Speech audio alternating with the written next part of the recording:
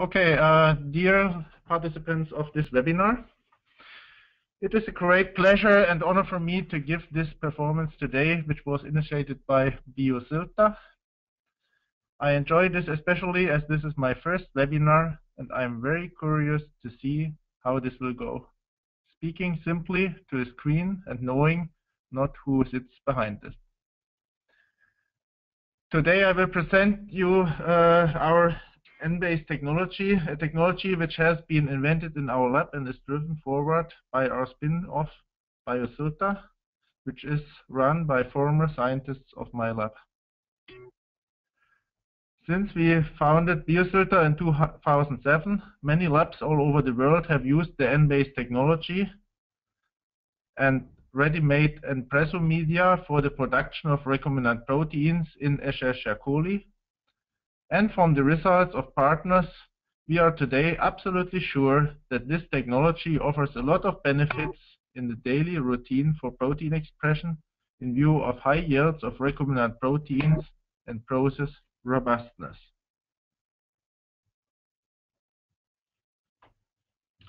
First, I want to shortly introduce myself. I obtained my diploma and also the PhD in microbiology from the University of Greifswald in Germany. Since these days, I am highly interested in the physiology of bacteria in industrial processes, and more specifically in cells' adaptation to recombinant protein production. During my postdoc period in the group of Sven-Olof Enfors at the KTH in Stockholm, I became interested in the responses of microorganisms in large-scale industrial bioreactors, and later in Halle with Rainer Rudolph, who is a specialist in protein folding, I connected my research with difficult-to-express proteins. All my scientific life I was fascinated by how to reach very high cell density in microbial cultures, which is an important basis for high product yields. In the following session, I would like to start first to give you a short introduction to the EnBase technology and to the espresso product family. After this, I would like to present you some examples for difficult-to-express proteins in Escherichia coli, where we have used espresso media and where the use of espresso was absolutely beneficial. In part 3 of this talk, I will then shortly also say something about the advantages of espresso for the production of proteins in yeasts at the example of Pichia pastoris. And finally, I will provide you with a future outlook of how we integrate the EnBase technology into our laboratory of the future, an exciting new concept for a fast and consistent bioprocess development. And that this technology was invented here in Berlin from one of the predecessors of my chair, Professor Friedrich Heiduck, who was then working for the Union of Spirit Fabricants. In difference to chemical processes where the biocatalyst is added in milligram per liter amounts, the concentration of the biocatalyst, that means the cell density, is a major parameter for the high product yields in bioprocesses. It may interest you that the cell concentration in the bioreactor is 10 to 100 times higher than the cell density which is normally obtained in a shake flask. This means if you would use the principles of this technology in your experiments, you would reach 100 times more cells or product in your flask. Or to express this differently, you could produce the product amounts which you currently produce in 1 liter culture in only 10 milliliters. I shortly need to introduce you to the simple basics of the fed batch methodology so that you can understand the advantage of the EnBase technology. Turning back to the first patent.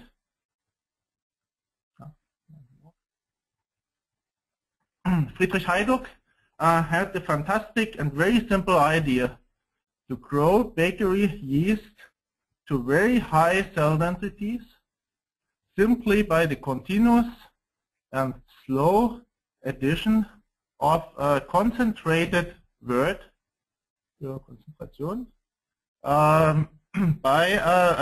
a diluted wort of a yeast culture.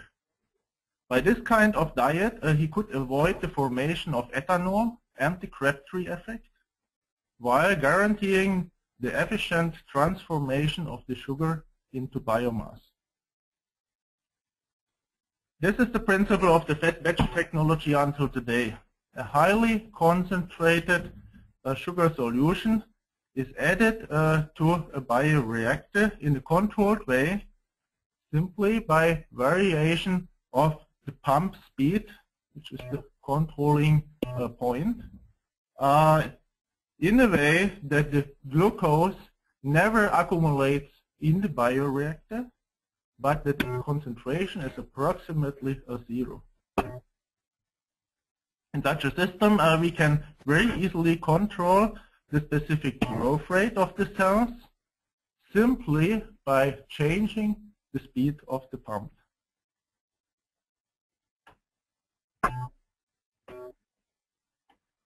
Interestingly, as is shown in this simulation of a process here on the right side, if you feed the glucose with a constant rate to your bioreactor, also the biomass grows quasi-linearly, and due to the specific yield coefficients for glucose and oxygen, the oxygen concentration remains nearly constant and independently from the cell density. By having this in mind, you can increase the speed of your glucose pump so much that the oxygen concentration decreases until the point where the oxygen transfer capacity limit of your bioreactor is reached. In this way, you exploit the oxygen transfer capacity of your bioreactor, which should be as high as possible, and by this you reach also the highest cell densities. A couple of years ago, we asked ourselves the question, how can we use this principle of the fed batch fermentation, which is normally applied in bioreactors in shake flasks or even in 96 microwell plates, to obtain the same benefits as in the bioreactor cultivation.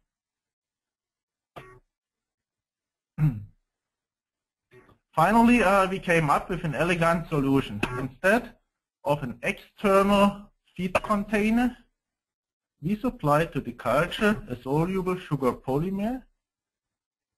This is the lines here, which is not a growth substrate for the cells.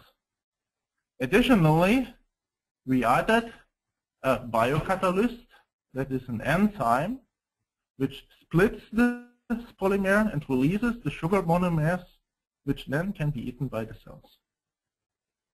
This system should work exactly in the same way as a fed batch system with an external feeding pump. So you would have a constant release of glucose over the time. You would have initially an accumulation of glucose as we have very low cell densities, but as we have exponential growth, then we would come to the point where glucose limits the culture and you get the quasi-linear growth of the cells. And during this second fed batch phase, the culture would be glucose limited. We called this system EnBase, which stands for enzyme-based substrate delivery.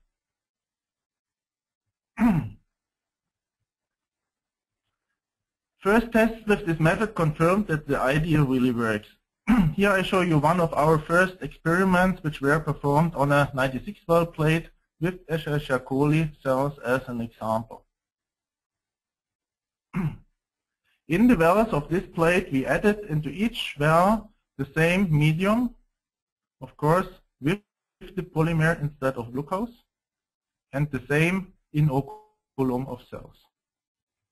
Only the amount of biocatalyst was varied from well to well. As I told you before, the polymer is not metabolized by the cells. So in the cells where we did not add any biocatalyst, this is represented by the black line here, no growth of the cells occurred. In wells where we added a little bit of biocatalyst, we see a constant linear growth, like here for 0.3 units of the enzyme, you see a linear growth over the time. In wells where then even more biocatalyst was added, the biomass increased due to more glucose release is higher, and also this biocatalyst, this cell growth is linear. And you can follow the higher concentration. This is valid up to an enzyme concentration or biocatalyst concentration of 3 units. Only if we add higher concentrations of biocatalyst, then we release more glucose and we lose the control of the process by the limited glucose. The cells can grow exponentially, they run into oxygen limitation, they produce the typical acids of the mixed acid fermentation of E. coli, like acetic acid, lactic acid, and succinic acid. And by this, of course, influences the growth. pH normally decreases by this, and you see that the shape of the curves gets totally different. I want to highlight here that already in this early phase of development, with this system, we reached a cell density of ODs of 20 to 25, which is much higher than is normally reached in typically in 96 well plates. The scientists from my group, which joined BioSilta, have developed this idea further into nice and easy to use products. They developed whole media which they succeeded to pack in tablets, and these tablets were packed and sterilized. These products, which we call EnBase in relation to the well-known coffee, are very easy to use. You simply take such a tablet package, as for instance this white one here, open it under a sterile bench, and add it into your shake flask, which contains simply sterile water. You inoculate your cells with your prey culture, set the flask on the shaker, where the tablet dissolves within a few minutes. In these products, we have decided to add the biocatalyst separately. This is the small tube here, so that you have the chance to optimize the feed rate as I showed you before. Also, the company also provides a general to use recommendation for the amount of biocatalyst which works under all conditions. For their first products, BioSilta has focused on growth media for E. coli, as most scientists and laboratories use this organism as a working horse. But recently also media for yeast were developed with a focus on Pica pastoris, but we have strong evidence in our laboratory that this medium also works for other yeasts. The E. coli and EnBase products include a general medium which is called EnBase B for bacteria, and an EnBase B animal-free medium for the colleagues in the pharmaceutical industries, which due to regulatory reasons need to use media which are free of animal components. Also, BioSilta has developed a nitrogen-free medium for scientists who want to label their recombinant proteins with 15N for structural studies with NMR.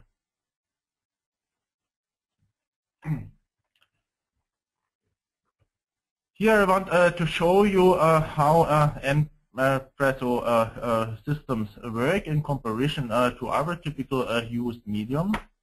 Normally, mineral salt medium have a relatively low, or normally they are based on phosphate buffer, and they have normally a relatively low buffering capacity.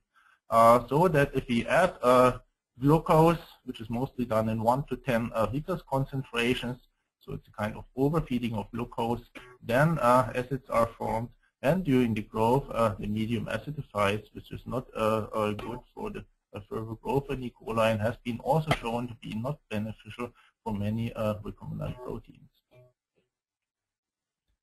In contrast, in complex media like LV, TB, SB, and so on, these media suffer from oxidative deamination of amino acids, which is causing an increase in pH.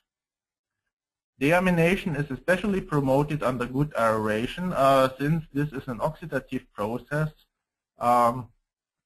and takes place under conditions where we do not have other carbon sources, or mostly other carbon sources than these amino acids. EnPresso media succeed in maintaining their pH in the optimal range during the whole cultivation. During the controlled growth under aerobic conditions, no acids accumulate, and thus the pH stays rather constant.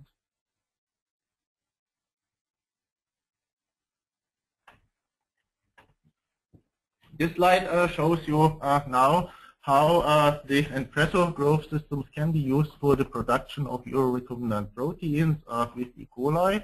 So you normally start with a typical pre-culture, which you do as you do normally. Then you inoculate the culture. Here you have, or BioSilta provides in the EnPresso kits the full medium as a tablet. So you simply fill the amount of water which is needed, typically 50 milliliter, in a 500 milliliter flask, and you add the tablet. You then add the biocatalyst, which is called reagent A, and of course your inoculant. Then you set the flask on the shaker. You grow the flask overnight, and here's already a big difference to normal standard procedures, where you normally have to follow the culture by measuring the OD to find the right point for induction, which is typically around an optical density of 0.5. In our system, as you have seen before, we have a linear growth, so we have no exponential growth. We have all the time enough oxygen independent on the cell density. So we can follow the culture, in this case, for instance, overnight. So this is for longer time. We reach their higher cell density, typically in the range between 5 and approximately 12 OD. And then in the next morning, you would induce with your, for instance, with the chemical inducer, mostly we are using IPTG. You can then also add very different things. For instance, you can add additional reagent A. You can provide, or you can add a product as a product of the EnPresso B kit, which is the EnPresso booster, which contains complex additives. But you can also optimize this, leave this out. You even can, as we have done sometimes, add new medium tablets to reach even higher cell densities. And then after this induction time, you follow the cultivation then for the induction phase. And this is very typically done in the same way as in standard cultivation systems. There you mostly follow the time for 3 to 6 hours. We have continuous growth. We are not running the culture in exhaustion. So we typically look for 3, 6, 9 hours, and maybe also overnight. In difference to standard LV media, for instance, this system is very robust. So the time of induction in most systems is not a very critical point. Of course, you can optimize this, but it doesn't matter, for instance, whether you induce in the next morning somewhere between 8 and 12 o'clock. clock, which makes this system rather nice. And also you don't have to measure the optical density because the physiological conditions not very much change over the time. You simply look, is your culture dense, grown, and then you can go on with the induction. We also have several publications on the use of EnBase together with lactose. You can in principle use also other protocols, like for instance for auto-induction with the system. This too fast. So far, many groups in the world have used EnBase media very successfully for their proteins, and more than 50 publications refer to the EnBase technology. In many cases, a user of the EnBase technology not only detected a higher yield due to the higher cell density in the culture, but most importantly, also in many cases we see that we get even a higher yield of protein per cell due to the growth under controlled metabolism compared to standard LB cultures. After the many studies which I have seen, I believe that the higher yield per cell is seen in cases where normally a part of the protein is accumulated in inclusion bodies, but where also some active protein is obtained. It seems that the low growth rate in combination with the controlled metabolism favors the folding pathway and leads by this to a higher concentration of correctly folded product per cell.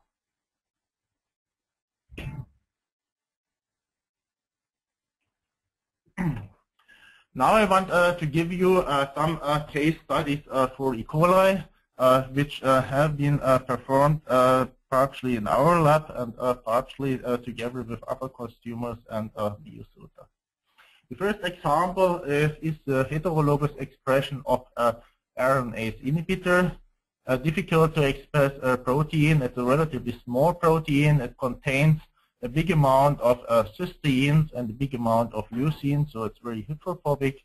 Most interestingly, these cysteines should be for an active protein or reduced cysteines, so even a single oxidation of or formation of disulfide bonds leads to inactivation of this protein. We have worked on this project with an industry partner who have worked for a couple of years to express RNase inhibitor, not successfully, and also in literature during this time, no successful high expression of RNase inhibitor has been described. Therefore, to test a big amount of different variations, we cloned the gene of the RNase inhibitor in a plasmid library with vectors which contained promoters of different strengths, ribosome binding sites of different strengths, and different fusion tags. So this was done by the so-called gateway technology, and the whole library contained 45 different vectors.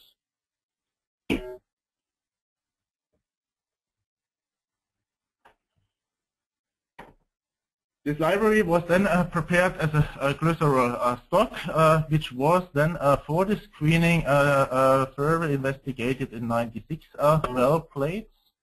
Therefore, the glycerol stocks were first activated in a plate which we call the activation plate for synchronization of the culture. So this was the initial growth. Then from this plate, we transfer the cells into the really EnBase medium containing plate.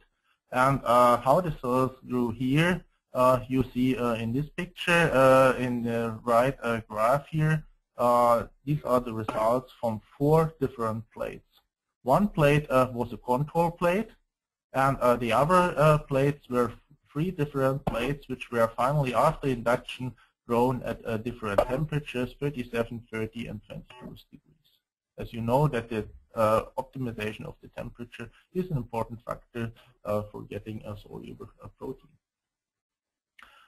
This figure shows some interesting features. Every one of you who has ever worked in 96 floor plate and worked with different vectors shows how difficult it is to make sure that in each well the same growth occurs due to small variations in the inoculum or in the metabolic load of the cells. While this point at time 0 is a calculated point, we see that the variation, which is really an OD measurement of all the cultures at 8 hours at the time of induction here, is very low even between the 4 different plates. And also the variation in each plate at the end of the cultivation is not very high. So the variation at the time of induction, or the low variation, is due to the controlled release of glucose, which allows the cell not to grow faster than there is a glucose supplied.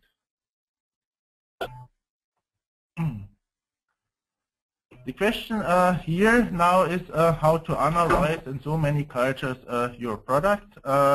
We have decided to have, or we had in our system in this cells, a second plasmid, which encoded or which contained the luciferase under the control of a promoter, which is induced under conditions where aggregation occurs. This was, as a side information, the IBP-A, the promoter of the IBP gene zone inclusion body binding protein. So in all cultures where we would see aggregation of the product, we should get a strong luciferase signal. This is shown here, and we concentrate on the lower left part of this figure. There, the 45 clones have been grouped in connection to their text, because this shows the important feature. There's with different promoters or ribosome bind strengths, there's not very much variation. But what we see that there's 4 groups with a relatively high luminescent signal, and 1 group, the maltose binding protein, connected protein or ribonuclease inhibitor with a low luciferase signal. So although we could assume that these vectors now either have no expression or soluble expression, so therefore we analyze these cultures further. And now I show you an SDS shield, which is done exactly from the same plates. So think about, we only have 150 microliters of culture in each well. We have made from this OD determination. We have then made all these 3 different parallels for the GL, total protein fraction, soluble protein fraction, and the insoluble protein fraction. And to make a long story short, the only vector, or the only cells or samples where we see the soluble product is the MTP fusion of the RNase inhibitor. In all of the other constructs, the product is exclusively accumulated in inclusion points. This was then also confirmed further by measuring the activity of the protein. And however, here I will not go in details. I will go further how you can further come finally to an efficient fermentation process. What we did, we studied next in shake flasks, also with espresso media, or with, in this case, with EnBase media, the growth of the cells, and we wanted to investigate how the specific growth rate, which is we know is an important parameter for recombinant protein production, how this specific growth rate affects the specific production rate of the protein. So what we did, we performed different parallel shake flask cultivations and induced them at different times. As we have this linear growth, the specific growth rate is continuously going down. So we have at different times different growth rates, 0.3, 0.2, and 0.1. The amount of RNase inhibitor, this is the activity of this protein per gram cell weight, so normalized per cell, is shown here for these different cultivations. And you see that there's a clear optimum for the cells which were induced at a specific growth rate of 0.2. And at this time, we did some other control experiments. So we asked ourselves the question, if we would have now made all the screening on LV medium, what would be the activity which would we have obtained there? And surprisingly, you see on LV, the vector gives no activity at all. So that means we wouldn't have found this construct if we would have made our screening on LV medium. If we would have done our screening on mineral salt medium with complex media, we get a low activity, which in principle supports the tendency to LV. And finally, if we go to mineral salt medium, we see quite good activity, but we are not at the optimum, which means that the specific growth rate plays a role. Here we have growth rate, the maximum growth rate of the strain, 0.38. 0.33 is a little bit higher, 0.22 is then the highest optimum. So by this, we know now how to perform a really fat batch fermentation in the bioreactor, and this was done then. So you have here the batch phase, you have the fat batch phase, you have an exponential feeding of a concentrated glucose solution. You make then the induction at the time dependent on the oxygen transfer of your bioreactor. And if you plot then the results, so we have exactly the same results in connection to amount of the protein or activity as we got before in the EnBase cultivation. And you see this here also on the gel that we have a good amount of soluble protein. This whole study, I want also to say, was done in less than 3 months. So really, in this way, I have shown you in a straightforward way by the screening, optimization of growth rate, and then ending with the fermentation.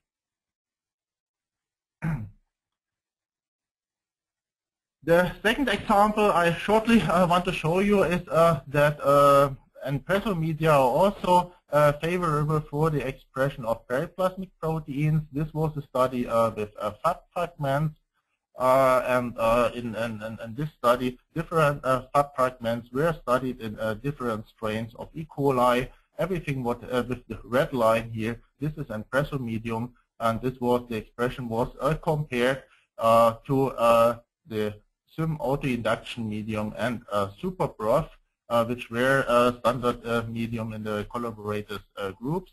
And you see that really also here the controlled growth has a big influence on the amount of product which you get. Of course, we get also very much higher cell densities.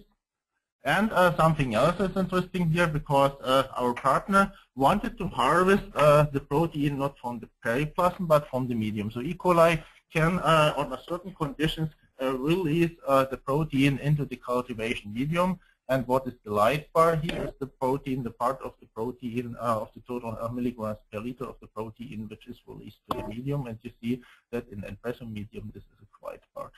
We have a big part. We have studied this further, and this brought something very interesting. So we have the possibility to measure in shake flask continuously the oxygen on the shaker by the so-called appraisal system.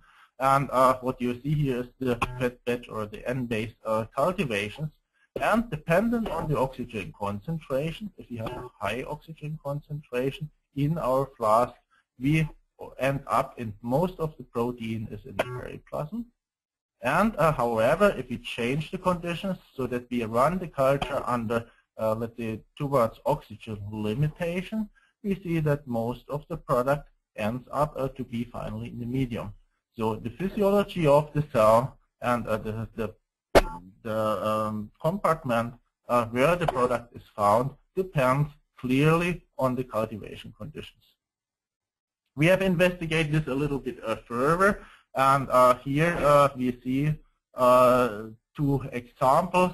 I want only to look on this side here. What we have done, we have taken a deep well plate, and in a deep well plate you can investigate the effect of oxygen very easily by simply having different filling volumes.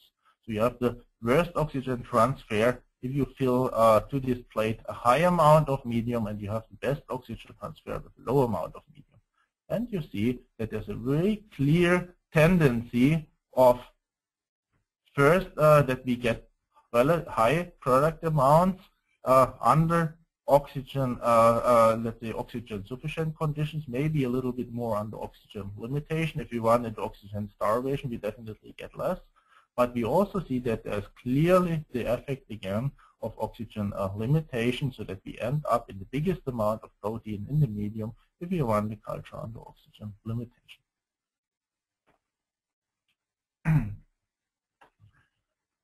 Okay, the third sample which I will to show you is the expression of a very large protein, which is a valinomycin synthetase, non-ribosomal peptide synthetase, which is composed of two peptides, each being larger than 300 kilodalton, and both subunits together form the valinomycin synthetase, and we express this enzyme in E. coli with the aim to produce a the antibiotic or bioactive compound valinomycin.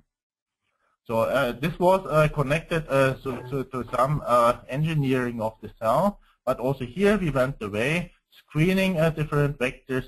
We combined this to a parameter-based optimization experimental design basis, and we further contributed this further to process optimization. Everything of this is published in 4 different papers. So we started with the cloning, and because this was a very risky project, so we really tested different conditions here, different vectors. So we took from the vector library 15 different vectors. We took three different E. coli strains. We took 5 different media, inducer concentration, and optimized the inducer concentration temperature. And everything was combined with everything. You see this is a very large design here, which was run in 24 Neubauer plates, so we could never have done this in shake flasks. And we succeeded we finally succeeded to produce in our strains either the valinomycin 1 or valinomycin synthetase 2 proteins in the soluble form, which you see here. This is the pellet, this is the soluble fraction. You see that this is also bigger than any E. coli protein. And we also succeeded to put both vectors together and produce both proteins in the same cell. This was then later confirmed that really valinomycin is expressed. And we, in the beginning, got something like 300 microgram per liter. First in TB, this is the conversion to TB. If you go to EnBase, we got already 8-fold increase. And you see here already to the time, the synthesis of valinomycin itself is very slow process. So we had to continue the cultivation of over 100 hours. And you see that leads to a continuous accumulation of valinomycin, which is relatively slow. And of course, if you would use here batch culture simply with glucose, you would run very fast into starvation, and this would not support the longer-term accumulation of valinomycin. Okay, then this was further optimized. Here we used plates, also 24-well plates, with the continuous monitoring of oxygen and pH. So we had a lot of parameters also to see how the process performed. And in the final way, we even optimized the culture further. So this is something which I said very in the beginning, what you can do aside from boosting your culture with booster, you can also add additional polymer. And by this you can reach even higher cell densities. So in these cultures, we reached optical densities between 40 and 50, and could further increase the production of valinomycin.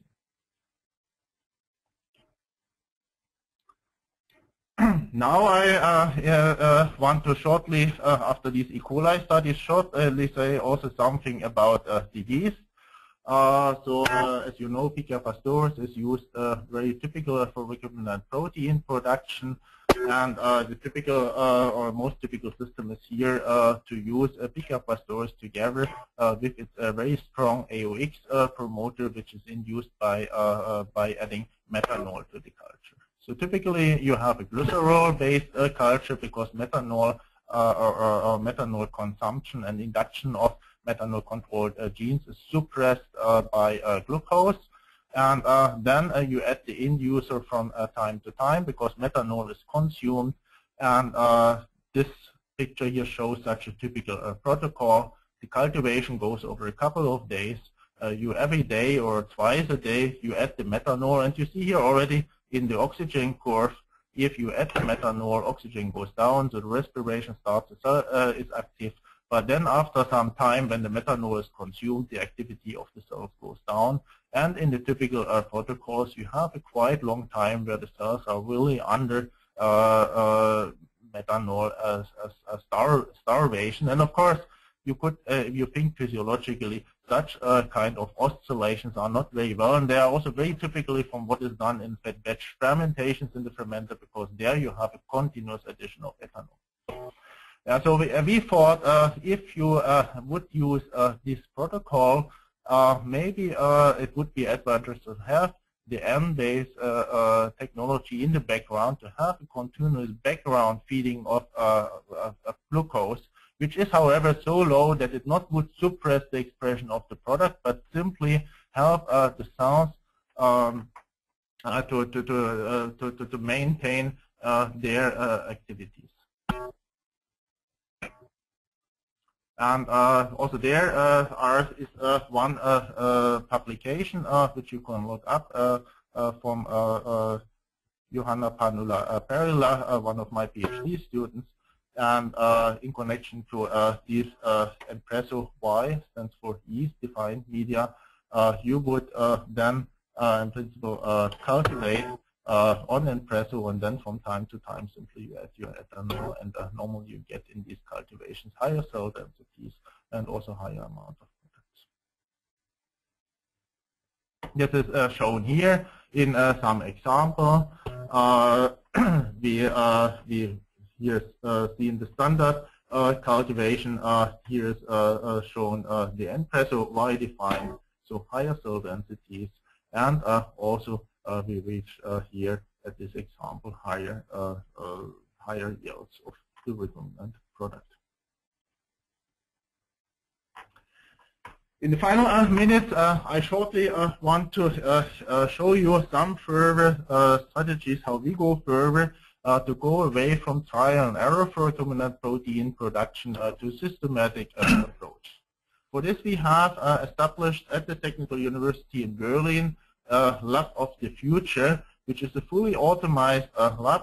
The vision is here to put to all experiments for optimization and process development on robots which are controlled by computers. The data from the robots are written in a database.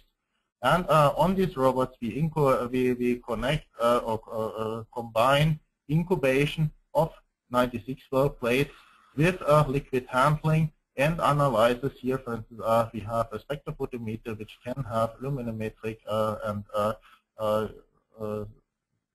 fluorescence and other spectrometric analysis, and we even have collected a flow cytometer which allows us even to make population studies in the context of the plate to make early process development. Additionally, we have set up a 48 bioreactor system which was originally developed at the Technical University in Munich in the group of Professor Oysterboats. And we have for this system also written our own software. We can control all these 48 bioreactors for pH control, and we can have feeding there. So while we are using here mainly the EnBase technology, we can have here use either the EnBase technology, or we additionally can use really feeding of glucose, and these are fully let's say functional fermenters, also with the monitoring of pH, continuous monitoring of pH and oxygen.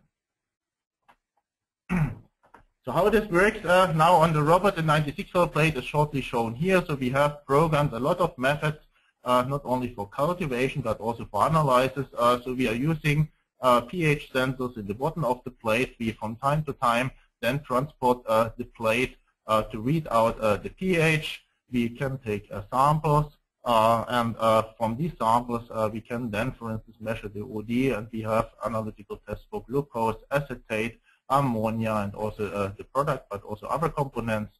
And this slide here on the right, this figure shows the result from 4 of the wells of a 96 well plate. Here you see the typical growth curve, typical for fed batch fermentation. Yeah, we see then here the pH over the time, which only slightly decreases. We see, but also we see that in this case of the culture, we have a big effect of the induction. Acetate is increasing. Also after induction, glucose is slightly accumulating. And we also monitor all the time the culture volume. So in the final end, we can also then, due to evaporation, we could add additional water, for instance, to keep the volume constant. And finally, we can add the product here. For instance, this was an 80 alcohol dehydrogenase where we had an activity test in the end. Okay, these were only 4 wells of a 96 well plate. Of course, now having 96 wells really available, you can make a big experimental design, varying different factors, and what you get then from a single plate in this case, this is 45 hours cultivation, you get 96 fed batch fermentations, in this case every one in 4 parallels, and by this you have a very big data amount really to evaluate your process conditions. At this time, I want now to summarize why using EnPresso. Definitely, we have shown in many cases that it increases the yield of functional recombinant proteins, clearly due to the higher cell density, but in many cases also we see a higher amount of the protein per cell. Secondly, we produce more protein with higher cell density, so we produce more proteins in less volume. You could have smaller cultivations. You could scale down from shake flasks, for instance, to 24 well plates or even 96 well plates, making your approaches for optimization much more efficient, reducing also media, inducer, and antibiotic amounts. Thirdly, we reduce hands-on time. The process is very robust, as I have shown you. The media is, and everything is very simple to prepare, so you don't lose time in preparing of media. You avoid variations, and also you don't have so many UD measurements needed. You simply can inoculate, you can induce the next day and go then for harvest. So from this side, it's very straightforward, also for typical proteins, which you normally produce every day. Finally, we know that using fed batch medium has or improves very much reproducibility, so you don't have variation for induction, for cell growth, and so, because everything is controlled by the release of glucose, which you can control simply by the feeding rate, or that means the glucose release rate.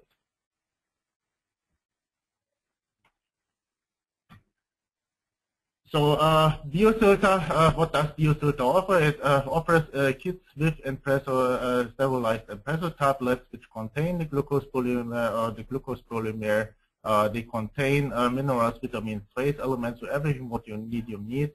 It contains also buffer components for the pH control, so you can use it in the shake flask and upper shaking environments. You have to add then the reagent A, which is included in the kit. You also have pre-sterilized booster tablets, which you can choose to use and which eventually help you and have been shown to improve the production in many cases, not in all cases. There's clear instruction, and we have also animal-free products available. So by this, I want to stop here again. I show you the different products, and everything is really is available on the BioSilta web page, and I'm very glad finally. Hope to have you still on your computers, and I would be glad if we have an interesting discussion. Thank you very much.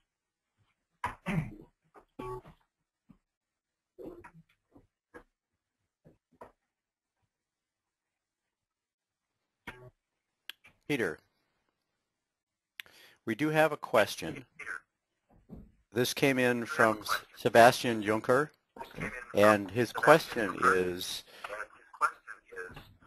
let me see if I can get it here.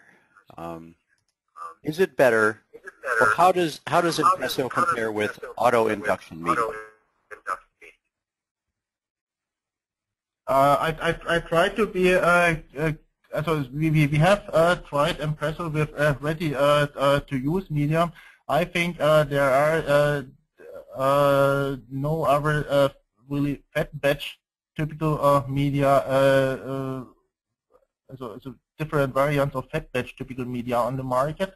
Most of the media which are sold as super rich and so on, they are batch medium, and I tried to show you really that the control of the control of the glucose feeding rate, which will very much control also the oxygen level and has an impact there, is a very important feature.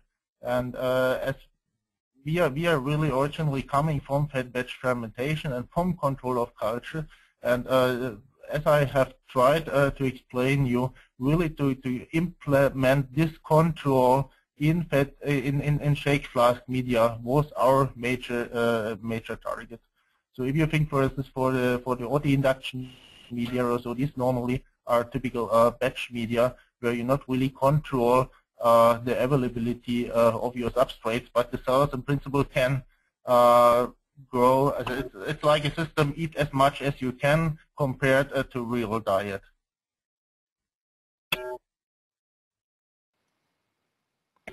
Great, thank you. To all of the attendees, if you have a question that's related to your own work or problems that you're facing in producing protein, this would be a great time to ask Peter his thoughts on it. You can type your message into the chat pane or into the question pane, both of which should be on your control panel.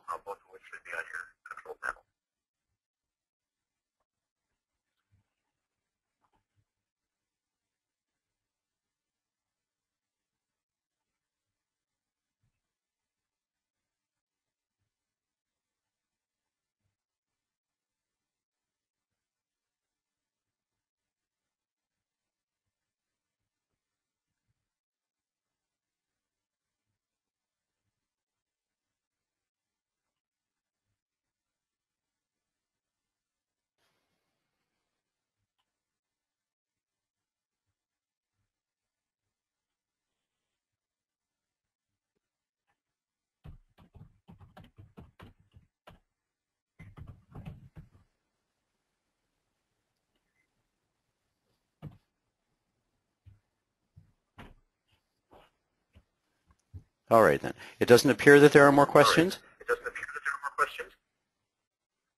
Then I thank you all for attending the webinar. A recording of the webinar will be available shortly.